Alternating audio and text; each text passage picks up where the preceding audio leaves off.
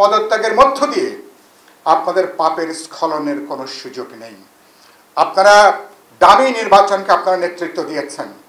একটা সাংবিধানিক প্রতিষ্ঠান হিসাবে সরকারি দলের একটা অঙ্গ সংগঠনের মতন করে আপনারা সেখানে কাজ করেছেন। নির্বাচন কমিশন সাংবিধানিক প্রতিষ্ঠান, এটা সরকারের কোনো অঙ্গ সংগঠন নয়। অথচ আপনারা সরকারের মানুষের ভোটাধিকারের বিরুদ্ধে দাঁড়িয়ে, গণতান্ত্রিক অধিকারের বিরুদ্ধে দাঁড়িয়ে নির্বাচন কেন্দ্রিক সরকারের নীল নকশা বাস্তবায়নের জন্য আউয়াল কমিশনও তারা ভূমিকা পালন করেছেন।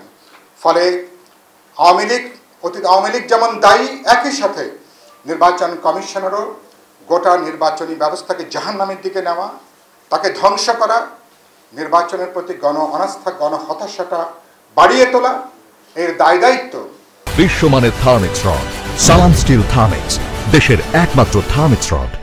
সদ্য বিদায়ী নির্বাচন কমিশনও তারা অস্বীকার করবার কোনো সুযোগ নেই। আমি একই সাথে গত 3টা নির্বাচন কমিশন, আউয়াল কমিশন, হুদা কমিশন, এর আগে যে কমিশন ছিল, গত 3টা নির্বাচন কমিশনকে মনে করি যারা মানুষের ভোটাধিকার নিয়ে ছিনিমিনি খেলেছেন, এদের সবাইকে আইনের আওতায় আনা দরকার।